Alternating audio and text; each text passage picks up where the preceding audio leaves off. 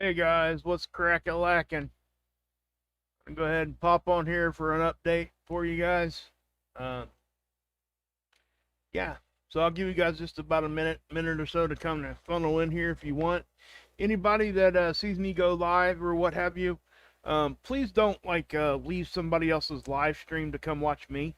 Um, I really would really, I really don't want to do that to others, especially like right now. Marfugel is live, so please don't like leave theirs and come over here. You can watch me on replay, okay? Uh, I really appreciate it. I understand whatever there, but I don't want to take any kind of views because they're doing some really good work over there anyway. But that's just something I don't like to do. So if you could just do that for me, and yeah, so we'll go ahead and jump into it. Uh, Again, all the space weather at the beginning. If we're going to talk about anything else, we'll talk about it at the end of the stream. So, yeah, we will get moving. It can possible. Okay. Oh, by the way, guys, I have been getting slammed over giving people shout outs. Yeah, and I get it. I do. I honestly do. But I do want to say that. Hey, John. Oh, it's John Black. Okay. Sorry. Good to see you, but anyway. So, what are we talking about here? Well, we've had a Halo eruption earlier today. Um, you know, it wasn't like spectacular, but it was right in the center facing us. And there's a big coronal hole. It happened actually just right to the north of the coronal hole. And we've been, that actually happens quite a bit, guys. We've seen coronal holes open up and then a coronal mass ejection will happen or a flare causing a eruption or even a filament. But when that erupts, it actually will cover the hole back up. It's kind of amazing to watch. But and I would say this too. Matthew Shipley did a really, really good 2-minute video. Seriously, that short of a video explained everything. Pretty much all you really need to know about that particular eruption. But again, he's got really good graphics over there, guys. I don't have the capabilities to give you that kind of a graphic, so it is what it is, so I'm just going to keep moving how I move. But go check out Matthew Shipley's little 2-minute video there, and you'll get a really good idea of where it erupted out from. I'm going to show it to you too, but he did a really good, concise job of that.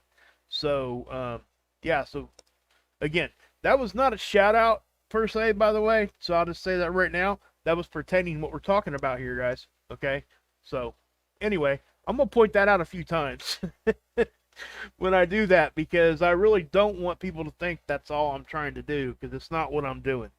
I just appreciate everybody else's work also. I know how hard it is to do things and not get noticed or what have you.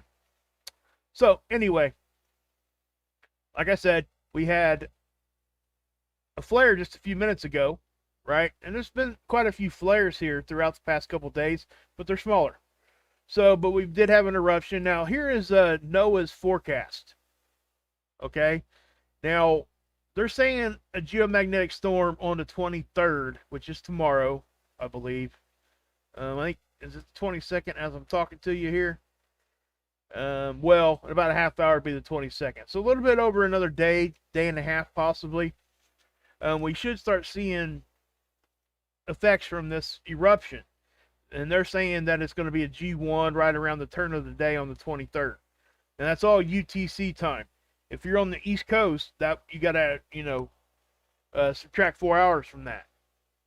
So that's how that works also. It's a 4-hour difference from the East Coast. So if you know where you're at in the world after that, then you can kind of figure out what time locally it will be hitting you. They use UTC time because it makes everything universal, and all the agencies and stuff can use that same time base, and it helps us all understand better what's going on so we don't get our times off when we're looking at different imaging. So, again, 23rd here. But we've also had that Coronal hole I was talking about, and they're actually talking about on the 24th, that one hitting. Now, this is interesting, and I'll get into why here in just a second. If you want to look at their Enlil spiral, this is NOAA's version of that. And At the top here, that's density, density only, okay? Nothing else, it's density. Down here, this is velocity. It's measured in kilometers per second. Notice how this is like kind of just grazing us here. Now, I do think that that is not just the halo eruption, okay? Because I think that's what this is right here. See that? See how it's showing up on density and really not in speed? What that's telling you is that they don't think that the eruption is really moving all that fast. They basically are saying, hey, it's going to be, I'm sorry, yeah, this is going to be more dense. That's really what would give us the weather, the space weather. Whether or not that pans out, who knows? But as you can see, guys, you know, top-down view here and the side cut here. Looks kind of like a glancing blow, but again, I want to say that some of this energy they're showing you is probably from the coronal hole. So what makes it interesting is if those both happen close to each other, then we got to start talking about interplanetary magnetic shock waves, all that kind of thing. The quote-unquote double tap, or the quote-unquote cannibal CMEs. And I've already explained that, you know, the cannibal CME stamp and how they named that was not done very well because it misleads just the title of it. That doesn't like eat the one in front of it. Okay?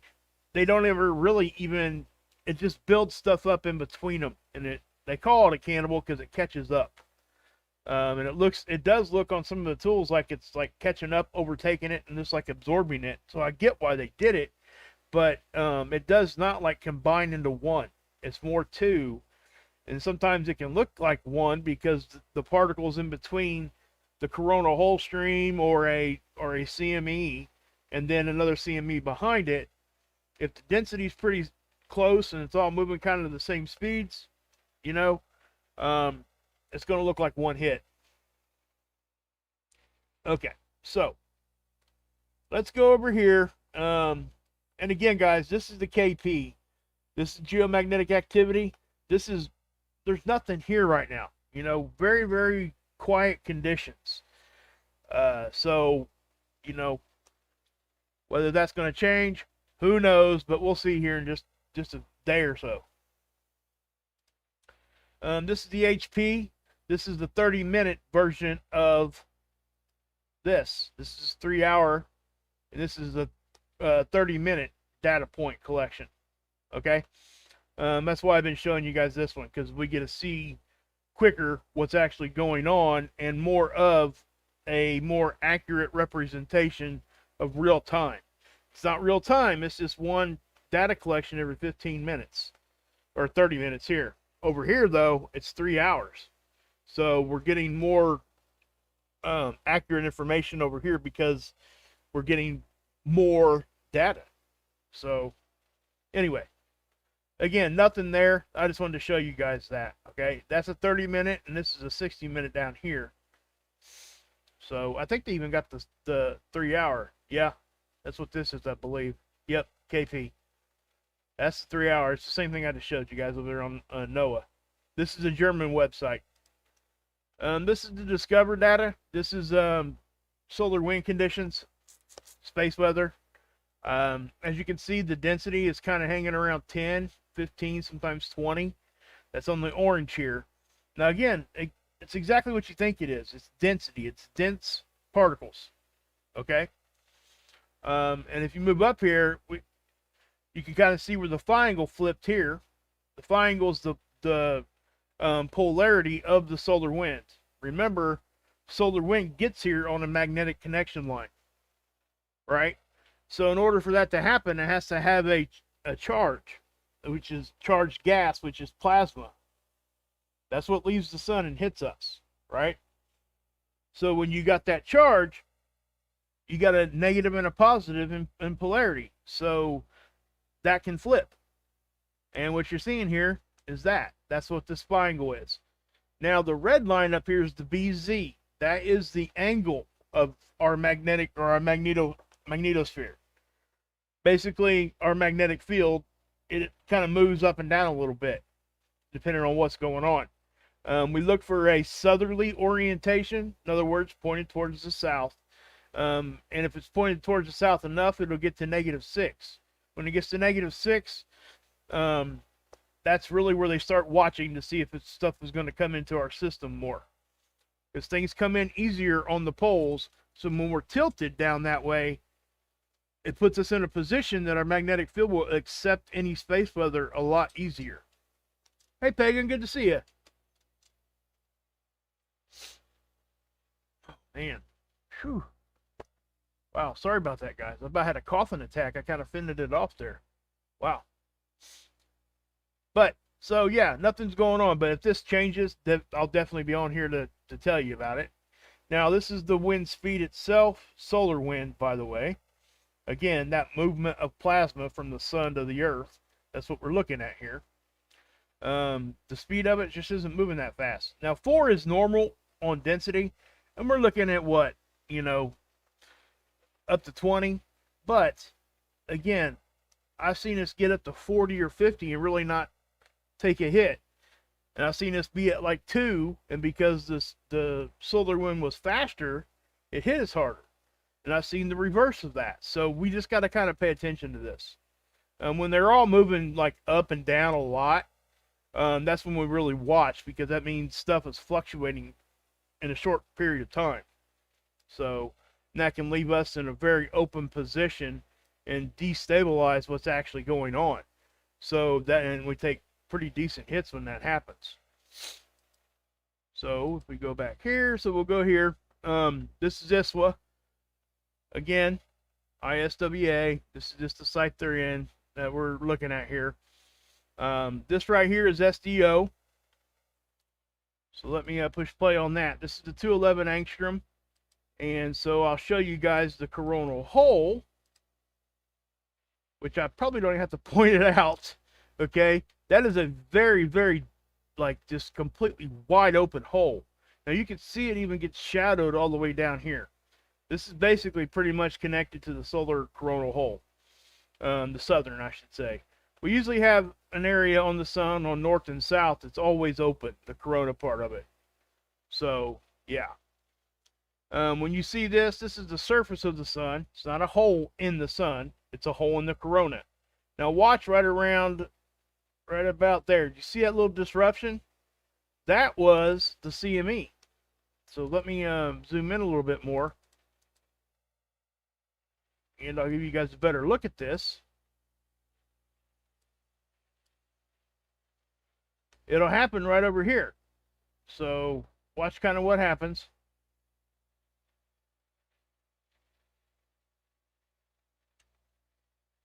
Bring the cursor back over there. That's when it happened. And I'll slow it down here. So watch. Here we go. Right about. See that disruption right here? I'll back it up again so you guys can see it. And then watch it go through the whole, this whole part of the sun. You see it get disrupted. See that? That's the CME. It's right in front of us. So in LASCO C2 is actually showing kind of a halo eruption. So that means it is coming at us. Now, whether that actually materializes to mean anything, I really can't tell you at this point. But it does look to. And NOAA actually is saying that also. So as you can see, you see a little disruption.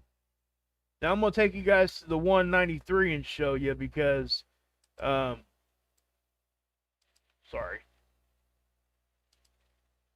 Let's change that to the 193. Let it load there for a second. It only take a second, so it's already had it loaded up on this one. So the 193 will give us a little bit different of a look.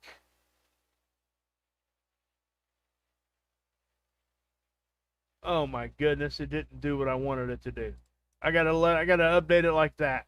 Wow, it went back to the last time I showed you that. Whoa. I thought it kept you kind of current there. So with that being said, we'll go look at something else while this thing's loading. So I'm not going to keep you going, well, it's almost done. Okay. Man, it's loading a lot faster than it usually does. So here's your coronal hole. Now watch the disruption right here. Getting ready to happen.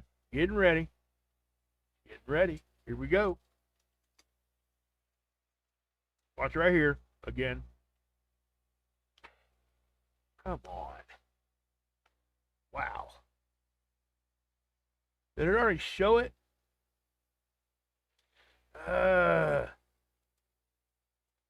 Might not. It might be too far advanced now. It is. Daggone it.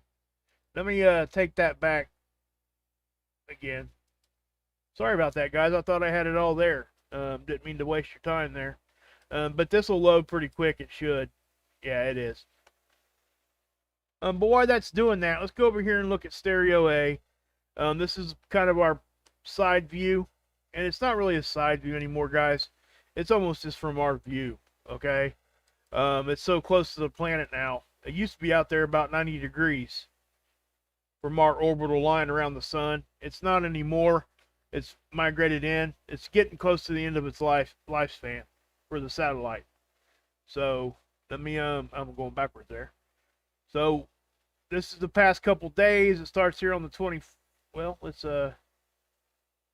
bring it back to when that eruption happens. So kind of watch. Again, this is a black occulter disc. It's an actual disc on the camera. It blocks the main light of the sun. Now, did you see that? So watch right here. See that little bit of energy coming out?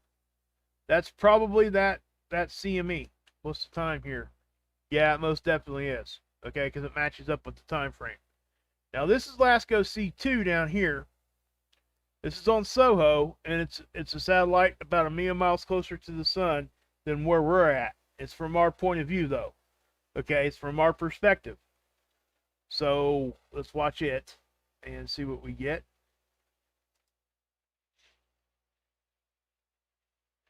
Here we go. Okay, I'm not sure if that was it or not. Let's check out the time. Probably not. That was yesterday.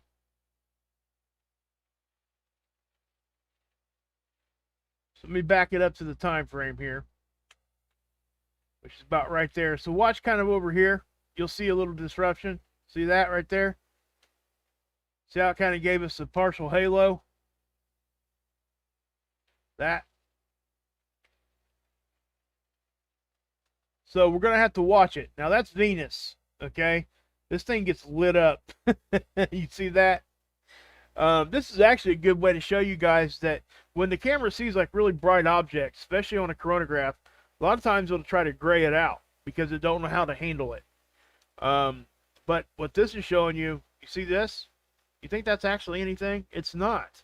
That's just a representation of what the camera is seeing. It's a camera anomaly. It's definitely something we see all the time, but this is Venus and it's bright. So you got to keep that in mind when you're looking at other things also. Not everything is something, right? This could very well be a camera anomaly. It doesn't have to be, and it is. This is what you're seeing here. The camera is just interpreting that as such. So keep that in mind when you're looking at other stuff. I used to do the same thing. And I'm embarrassed of some of the stuff I used to say. I really am. To the point where I really wish I could just go back and erase a lot of the stuff I talked about very early on in my YouTube career, I guess, if you want to say that. YouTube, yeah. Anyway, we'll leave it at that. But I struggle with that, whether or not to go ahead and pull it down or leave it there so you guys can see where I made mistakes. So I've chosen to leave it there for now. But if it gets to where I think people are getting like misled from the stuff I used to say, as far as really early on my channel, let me say, this is why I just focus on the space weather aspect of it now. I don't want to make those kinds of mistakes again and mislead somebody. That's all. But anyway, so again, this is loaded now. You can see the big coronal hole. Remember the solar tornadoes I was showing you guys? Hey, Tommy, what's up? ASG. But again, let's take a look at this eruption. It's right here.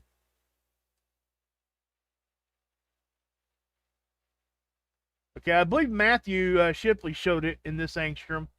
Now remember, we're looking at the 193. What does 193 mean? A lot of people are saying, what's he talking about, 193? Well, we're looking at extreme ultraviolet light. This is a filter that they use, and they filter out all the light but the 193 angstrom part of the light spectrum. When they do that, you're able to see specific gas. So that's what you're looking at here. You're looking at just that part of the light spectrum. They could have made this thing baby crap, green or something, right? But they didn't. They chose this color for that. But it's the 193. So that's the part of the light spectrum. I believe there's another one that uses blue for the 193. So again, it's just something they assign it. It's not the 193 angstrom part of the light spectrum is not necessarily this color. It just is saying, hey, that's the part of the light spectrum we're looking at. We're trying to look at this gas, right? So watch right here again. Right there. See that? See how subtle these things can be? That's a lot of plasma moving around. It really is. Now, I know it doesn't look like it, but the sun's the background here, guys. So it camouflages everything. If this had happened over here,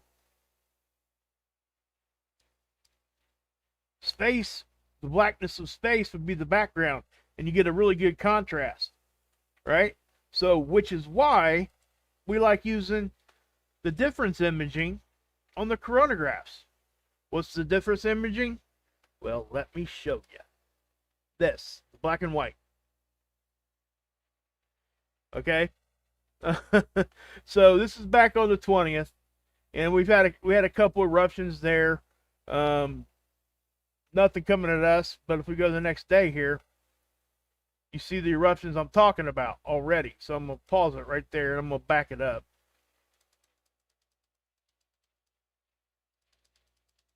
Now see what this camera's doing when Venus shows up? It's graying it out. Right? And some people look at that, well, they're trying to hide something. No, that's not them trying to hide something. Or they would hide it over here too. I've seen people do that so many times. Oh, they're trying to hide something over here, but they're going to show it to you over here? Side by side? I mean, come on, guys. Just let's be real about that. Now, again, so here's your eruptions. Boom. Right? And you can kind of see, I think I talked about this already a little bit, but you can kind of see the disruption all the way around here. So it is coming at us, I believe. Now, whether or not it really gives us a good hit, that's to be seen yet. So, yeah. So let's go back over here just for a second. I'm going to show you the 304. Maybe. Okay. Maybe this will show us the 304. We're going to have to wait and see. Just kidding. Just kidding. We are going to wait and see, though. I'm going to back that back off so you can look at something else. I'm going to go ahead and go over here to I'll show you the earthquakes real quick. We had a pretty decent one over here in Panama, 6.7. But remember, earlier on in the week, what did we have? We had one right here, too. A 6.3. So we've had some pretty big ones right here. I don't think there was much damage of any kind. Hey, IG, what's going on? IG knows a lot about earthquakes, by the way. Renee, what's cracking? Okay. So, again, those are pretty decent ones. Is what it is. That's what we see. So I'm showing it to you so I know you guys know that they're there. That's it. Yeah. You had a good question earlier, Ilea. Survival Game. That's her name, by the way. Asking about earthquake clouds. There is such a phenomenon. She sent me a photo of one that she thought it might be. I guess I could have pulled it and showed it to you guys. But I don't know that it was. So I still need to look into that a little bit. But I also want to point out something else. These two bigger earthquakes, there was a hurricane hanging around here. And we see that a lot. So that's a real phenomenon too, guys.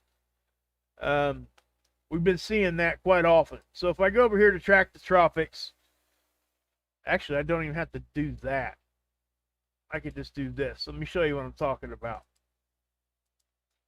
I can go here and go to the buoy, the National Buoy Data Center.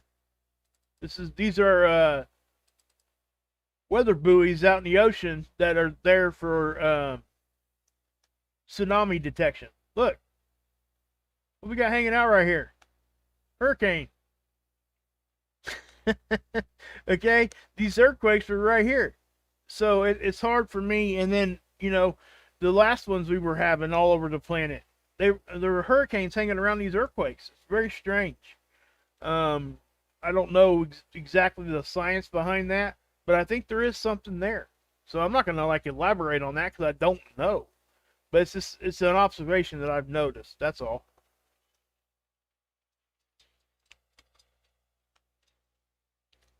Yeah, you're right, Pagan, for sure. 100. Yep. So let's go back here again real quick. What the heck?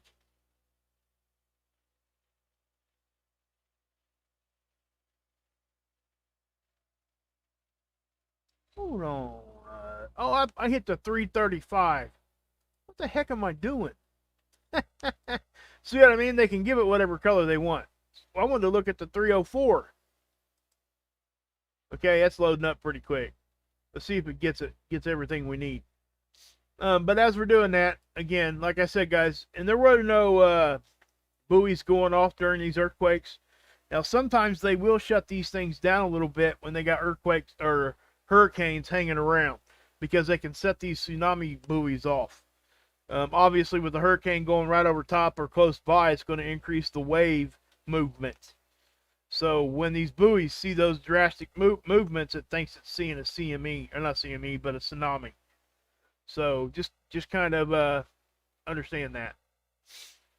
So sometimes they'll put these in like kind of a standby mode. I think they leave them on, but they don't really give us the data because I think they want to be able to see, but they don't want people freaking out if they see something moving up and down and not understanding that that's being caused from a hurricane and not an earthquake tsunami, right? So that's why. Now, let's go back here to one more time. One more time here. So that's the 304. Now, daggone it, it didn't even, I'm getting frustrated. I'm about to be minus one computer here in a second because this sucker's about to end up out in the middle of the street. Getting a little upset here. Getting a little upset. I need to do some breathing exercises. Just kidding. Wouldn't hurt, that's for sure. Okay. You know what? Screw it. I'm going to show it to you here on SDO website. I don't like doing it here because the definition isn't as good. But let's just do it here. So this is the 304. This is ionized helium, and you seen right away, right there. Watch what happens. See that?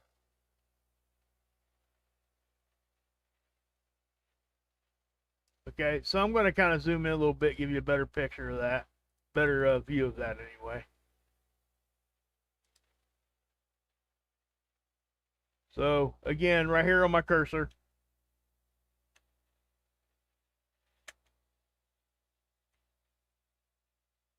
Boom.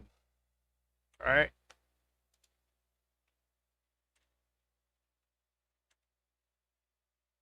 Okay. So I wanted to show you that. Now that's that too. Remember these solar tornadoes I was telling you about? These things are cool. And they're actually showing up quite a bit. So I'm going to go ahead and back off of this a little bit. Hit play. Let you guys watch these things. Yeah, we'll walk around here too. Now there was another eruption over here. We'll talk about that here in a second. But let me go ahead and zoom in.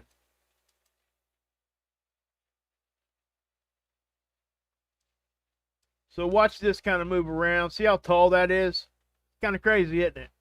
You see him over here. Kind of see what they call solar rain going on over here. What that is plasma falling back to the sun, and it's on a magnetic connection line. But it does look like rain when it does it. So, but it's not real rain. It's just a title they've given it. I'm gonna back this off a little bit too, but you can see the solar tornadoes here too, just not as well, because the sun's actually the background. But so let me show you this eruption over here.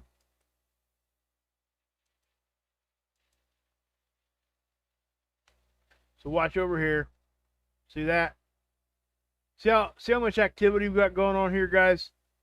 There's quite a bit of plasma moving around here. See all that?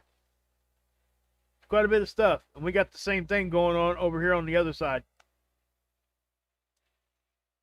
So I can tell you this, that we're seeing it on this side and the other side. What does that mean? Do you think it just gets stupidly quiet right in the middle? No.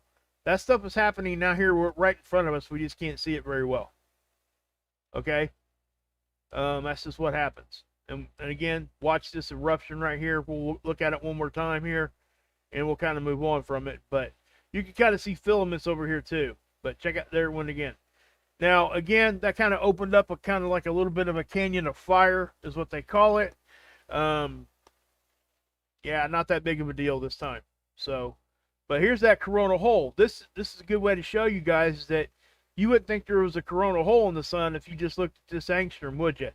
Because you can't see it. It just looks like a darker shadow. But if we switch back and go back to the 211, and I'm doing this to show you guys the huge difference. Look. How much different is that? Kind of crazy, isn't it? I thought it was. But again, okay, so here's our magnetosphere. This is magnetic pressure. Not a whole lot going on right now. We just don't have a whole lot. This is density. Nothing much there either. This is wind speed. Nothing much there. Remember, the sun's off to the left, so things are moving from left to right here. I'll run one of these movie tools and let you guys see the movement anyway. See how it's moving? This is our bow shock, okay? That's the point where space weather or solar wind or what have you meets our magnetic field. That's like the first point of contact, okay? So it forms this bow, and it's showing you, it's giving you a visual representation of what our magnetic field kind of looks like, okay? Yeah, so that's what kind of what it looks like. Okay. Earthquakes. Also, yeah, they're talking about over here at spaceweather.com again. Now, so the asteroid that wasn't an asteroid, okay? Please go read this article. It's really, really interesting, okay? They're talking about Lucy, the spacecraft that kind of went past us, right? Past the Earth again here. And again, I'm not going to go into details here. But please go over here and give them some love and read this, because it's interesting what they actually thought was, I guess not thought, but what looked to be from another asteroid, it really wasn't. They knew it wasn't, but the general public, a lot of people didn't, so they were kind of just addressing it. But they're talking about the solar wind stream here coming in on the 24th, but on the 23rd, we're expecting the hit from the CME. So, whatever that means, we're going to have to wait and see. Regardless, doesn't look like it's going to be like an X-class situation. So, I know everybody gets kind of, kind of stuck on that a little bit, but, and I get it. So, but guys, we did a really good show over here today. This is over on the lifeboat. Listen, they're sending fentanyl over here packaged in Whoppers boxes. I mean, it's like, are you kidding me? Legitimately Whoppers boxes. They just seized this at LAX. Down here in Polk County, Florida. They packaged it in Cinnamon Toast Crunch cereal boxes. Igloo coolers. Halloween's coming around, guys. I mean, we know that they're not really like targeting little kids with this, but it makes it dangerous. they're doing it in an effort to get it here and not get caught. That's the main reason. But we can't like skip over the fact that it looks like candy, and they're trying to get it in this way. So if you guys don't know anything about, drug addiction, recovery, chances are you probably have definitely heard, hey, there's an opiate crisis, because there is. Heroin's gone. All you're going to get now is fentanyl, just so you guys know. Which is more deadly? Well, fentanyl. I'm not going to go into detail here, but that's what we do over here. We talk about that, and we help each other. We don't judge each other, and so I'll just leave it at that. We want you there if you're high, if you're drunk, or what have you. We want you there. We want to help you. And we're helping a lot of people. The channel's growing. Marfugel has helped us a lot over here. Adam and Dex have, just like they've helped my channel here. Tommy is the one that does most of the talking.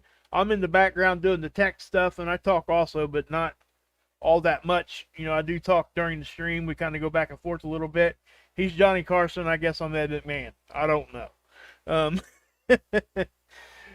But that's kind of the setup we got going on, and it works. And plus, we got the best crew in the world, man. I'm telling you. People, guys, me and Tommy could go away tomorrow and give you guys this channel, and it would grow and grow and grow and grow. You guys are just awesome. So please come over here and give us a like and a follow. Just come check us out. Come give us a chance. That's all I'm asking. And, most of you guys know who Marfugel is. If you don't, go check out Adam and Dex over on Marfugel TV. I think they're still live as we speak. But here's a link to the lifeboat. Okay? But please come check us out.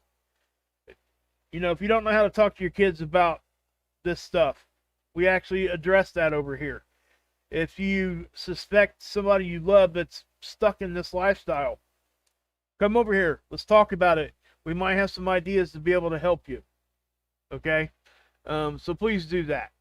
But anyway, guys, that is going to call it a day for me. Go check out Survival Game. She's in here. Ripper, Rip Curl Readiness. Awesome channel, awesome friend, and just all around well-spoken guy, man. I'm telling you, he's very intelligent, all of it. So is SG, and she does the game show thing, which I won and got a pink hat with a light on the front. Stoked all about that for sure. It's cool. I'll have to show you guys a picture of it one of these days. But anyway, guys, we're going to go ahead and cut out of here. God bless. Yahusha saves, and yeah,